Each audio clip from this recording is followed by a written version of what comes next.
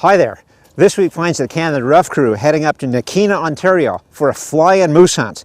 We're going to be hunting in an area that hasn't been hard hunted for the last 10 years, so the opportunity should be great. I'm going to be hunting with Paul Beasley, co-host of the show. Paul's going to be bow hunting. I'm going to be using my trusty rifle. We'll see how we do. It's going to be a great adventure, and I look forward to sharing with you. I'm your host, Thomas Pigeon for Canada in the Rough. Let's get hunting. Dodge presents Canada in the Rough, the hunting adventure documentary series.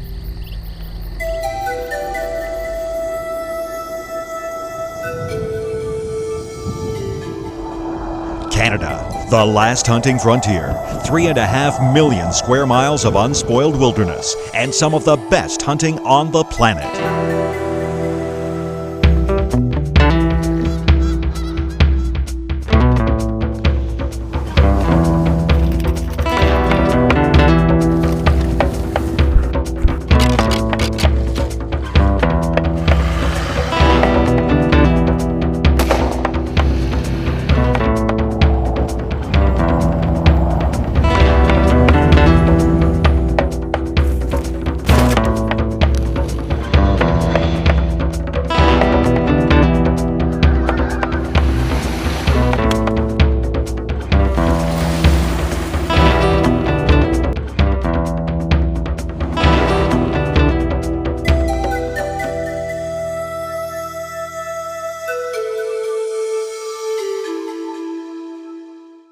This week on Canada in the Rough, we're moose hunting in Ontario.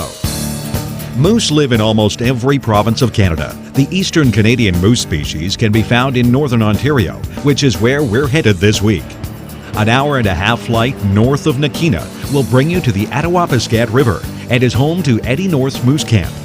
This remote area has a healthy population of moose, thanks to the little to no hunting pressure for over a decade.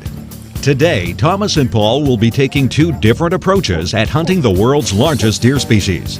Thomas will be using his trusty rifle, as Paul will try and get up close to take a big eastern Canadian moose with his bow. Join us today as Thomas and Paul are headed to Moose Camp. Coming up, Thomas and Paul are headed to Moose Camp when we return.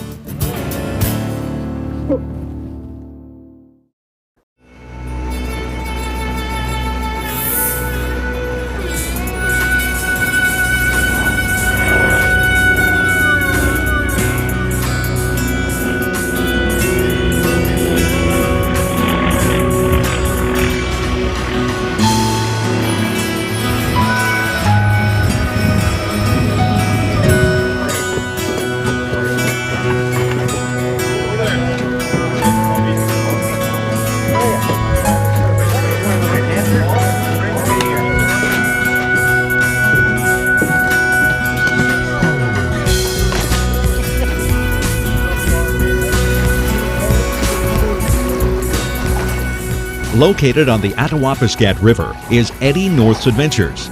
This remote hunting and fishing camp is in its first season of operation, and with a mix of traditional canvas tents, wooden cabins, a full-service kitchen, and even a shower, it's not hard to feel right at home despite being out in the middle of nowhere.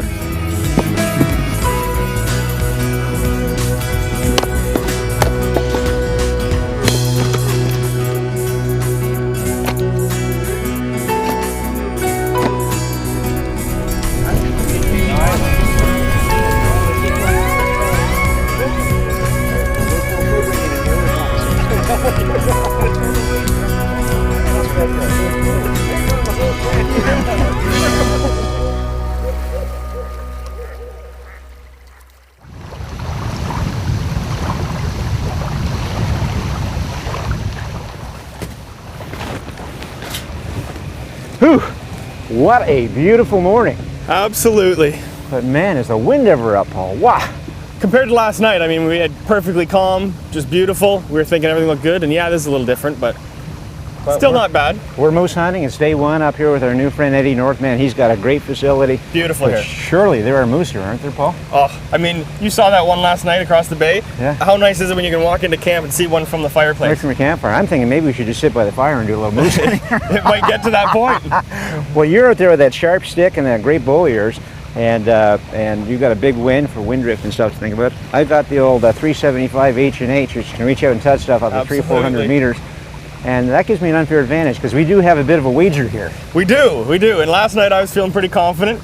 This wind's gonna make it a little different, but you know what? I'm up for it. I think we got some beautiful woods here. This is just a beautiful area to be hunting. I say we can do it. Right. Well, I don't know if we can do it. I know that I can do it because, age over beauty. I don't know, but we'll see how it works out. Oh, I'm up for the challenge. All right, brother. Let's get hunting. Let's do it.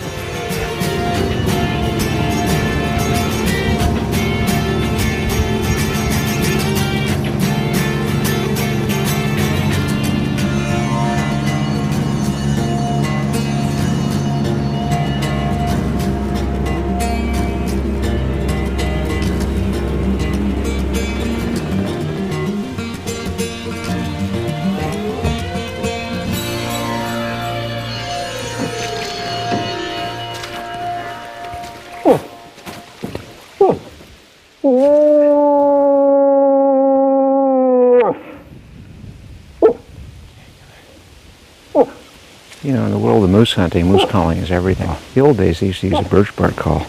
I like to use this fiberglass call. This is a custom-made call by a friend of mine, Ken Capling, who makes some of the best moose calls out there. I mean, Ken is a world champion moose caller, and he knows exactly how to design a call. The fiberglass nature of this is real nice. It's got a really long reach. It's got good resonance to it, and you can reach out and touch someone. You can also do some great water work with it too. So you fill this up with water. You can't do that with birch bark because it won't take the water, of course, without ruining it. But you fill this up with water. This hole at the end, it basically allows the water to come out, and it really simulates a big cow moose urinating. You hold it up about 3.5, 4 feet up, about the waist height of the moose, and let it go. It's quite a good noise.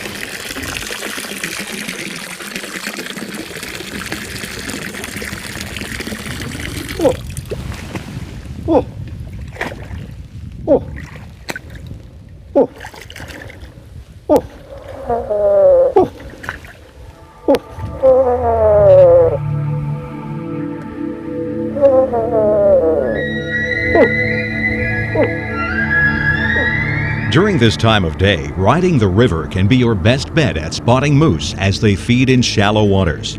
After spotting a decent bull, Thomas went ashore downwind and began his stalk.